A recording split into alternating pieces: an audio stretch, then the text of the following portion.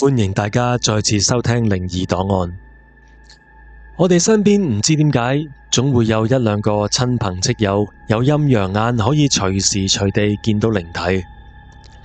我問過我身邊可以見到靈體嘅朋友，佢哋話通常冇咩必要，佢哋係唔會同人講自己睇到，因為一嚟人哋通常唔信咯，二嚟信嘅人到時你話佢知有鬼，只會嚇親佢哋。今集由我一個做空姐嘅朋友提供嘅兩個恐怖經歷，其中一個就係同陰陽眼有關。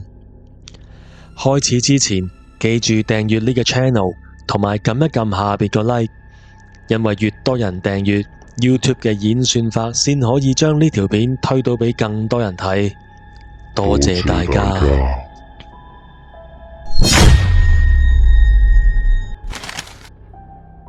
小弟以前曾經喺 airline 做過 cabin crew， 同部分嘅空姐到而家都一直有間唔中出嚟食下飯飲下嘢。啱啱上個星期就喺其中一個好 friend 嘅舊同事 Christy 口中聽到以下呢單發生喺大家都應該去過嘅東京嘅鬼故事。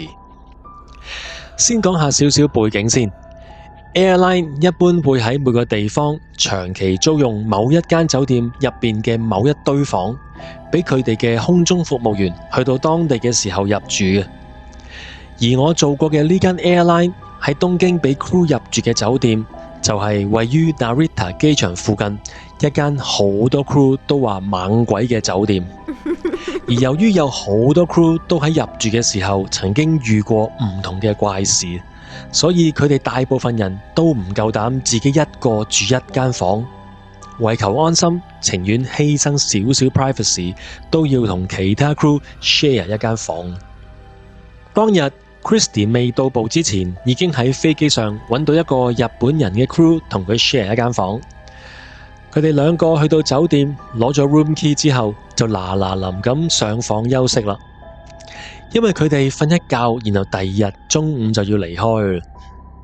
空姐喺外地嘅活動其實冇大家喺電視劇見到嘅咁多姿多彩。佢哋好多都會帶定電腦留喺房睇戲，或者去到酒店同男朋友或者老公傾下電話，最多只會出去食個飯之後又會返入房 hea。Christy 當晚就係同佢同事上房梳洗之後，留喺房叫個 room service 食完就各自各做自己嘢啦。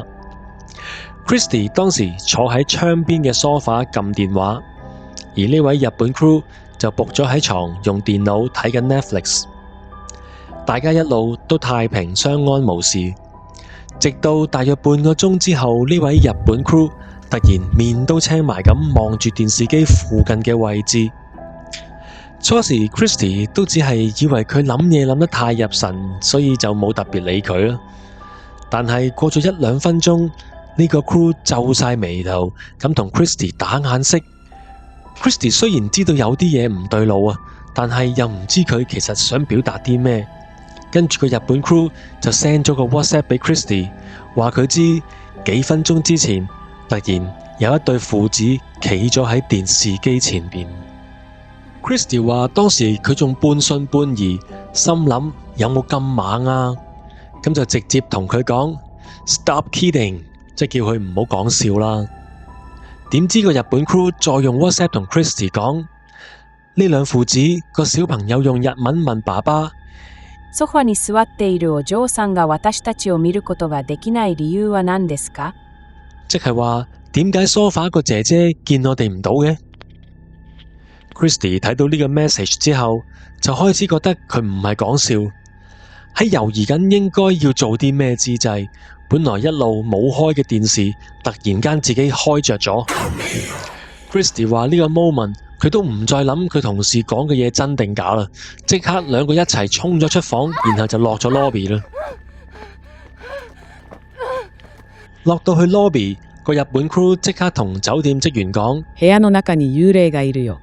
即係話房入邊有鬼啊！酒店職員即刻問 Christy 佢哋個 room number。當 Christy 講咗俾佢哋知之後，面前嘅兩個職員呆咗一呆，然後互相對望2秒，先至同 Christy 講話可以幫佢哋換房。本來已經嚇到震晒嘅 Christy， 見到呢兩個職員咁嘅反應之後，就更加肯定呢間房係一定有嘢。雖然酒店安排咗一間好大嘅套房俾佢哋，但係佢哋最後都係決定一齊去另一個同時間房屈蛇屈天光，起碼可以多個人壯下膽，容易啲捱到第二朝。事後呢個日本 crew 同 Christy 講返，話佢自己細個嘅時候，其實間唔中都會見到一啲其他人見唔到嘅人。譬如佢試過返屋企嘅時候，見到有個好唔開心嘅姐姐坐喺樓梯唔出聲，佢就好天真咁同佢媽咪講，話嗰邊有個姐姐好唔開心啊。但係當時佢媽咪完全見唔到有人喺樓梯嘅。喺佢大約10歲移咗民去澳洲之後，就一直都冇再見到靈體啦。直到尋晚呢兩父子嘅出現。Christy 話佢覺得最寒嘅係，如果尋晚唔係呢個日本 crew 話佢知嘅話，咪成晚同呢兩父子同一間房都唔知。我同 Christy 講，有啲嘢其實真係唔知好過知嘅。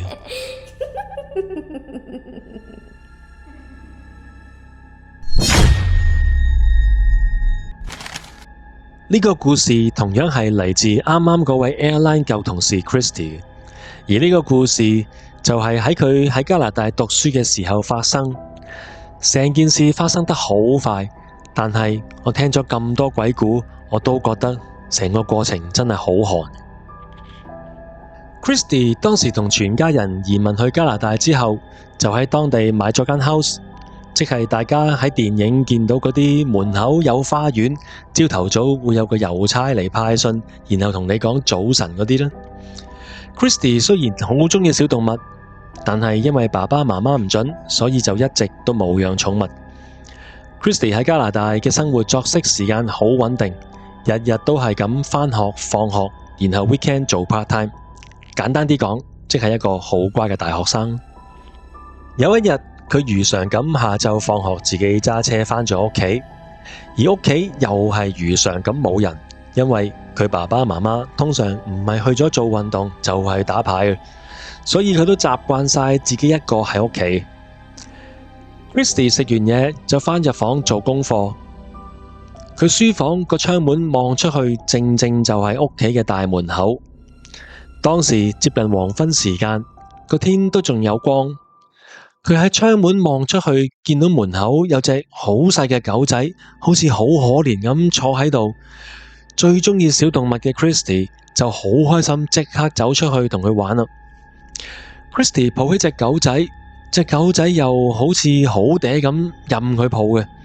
咁 Christy 就抱住佢個隔籬，問下啲鄰居有冇走失狗仔啊？點知個個都話冇。咁 Christy 就膽粗粗咁抱咗佢返屋企先。睇下夜啲爸爸媽媽返嚟之後，會唔會皇恩浩蕩咁俾佢收留呢隻狗仔。Christy 先將狗仔放咗喺廚房，放心，佢哋嘅廚房一般同香港嘅一房單位差唔多大嘅。然後再揾嘢攔住佢，等隻狗仔唔可以周圍走。咁 Christy 就可以放心咁去用電腦 search 定，如果收養一隻狗要有啲咩手續。即係嗰啲咩打針啊、登記啊、晶片啊嗰啲資料。過咗大約30分鐘 ，Christy 出返去廚房，就見到隻狗仔呆咗咁對住一個放洗衣機嘅牆角，又唔吠又唔喐。Christy 覺得佢可能對陌生嘅環境唔習慣啫，咁就埋去摸下佢，安慰下佢，然後就由佢自己繼續喺廚房先。過多一陣 ，Christy 再入廚房。但係呢個時候，佢已經見唔到隻狗仔。佢心諗：你都幾活躍㗎，咁都俾你爬到出廳。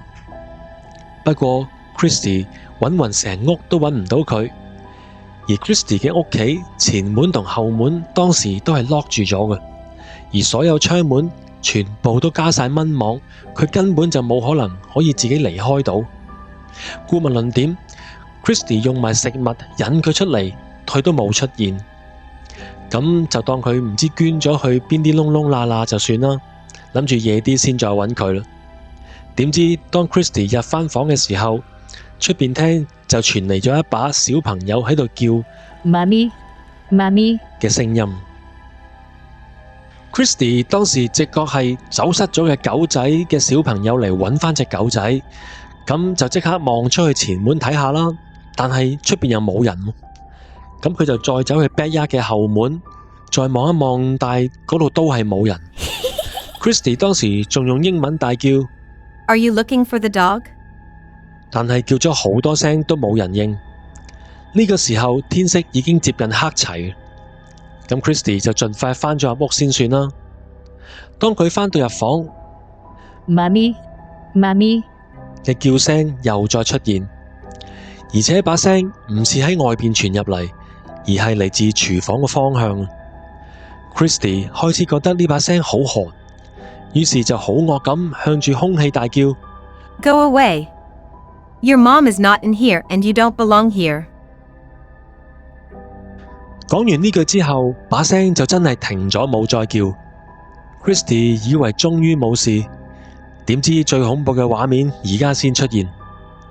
當佢嘗試慢慢行出廳嘅時候，佢見到頭先隻狗仔呆咗咁望住嘅牆角，有個小妹妹身形嘅黑影定咗喺度唔喐，而個黑影嘅姿勢就好似抱住一個公仔或者小動物咁。但係佢都未嚟得切望清楚之際，個黑影好快就向牆角嘅方向前進。Christy 形容個情形就好似啲水滲入去牆角一樣啊！由見到個黑影開始，到佢完全滲咗入去牆入面，全程唔超過10秒。呢個時候 Christy 已經嚇到大喊，即刻走咗過去隔離屋個 auntie 度，然後打俾佢爸爸媽媽求救。Christy 爸爸媽媽雖然即刻趕返嚟，但係返到嚟已經一切回復正常咯，冇狗仔啦，亦都唔見洗衣機個牆角有咩唔同。好在佢爸爸媽媽都相信佢，仲叫咗一個相熟嘅牧師喺之後個 weekend 去佢哋屋企祈禱，同埋幫佢哋潔淨個屋企。Christy 話呢間屋住咁耐，只係發生過呢一次怪事，但係一次咁恐怖嘅經歷，已經令佢到而家講返起都會毛骨悚然。今集嘅分享就嚟到呢度。如果你都有經歷過類似嘅事件嘅話，麻煩留言同我分享下。最後記得訂閱呢個 channel， 因為我真係用咗好多心機同時間去做資料搜集同埋剪片嘅，希望大家會鍾意呢條片。多謝大家。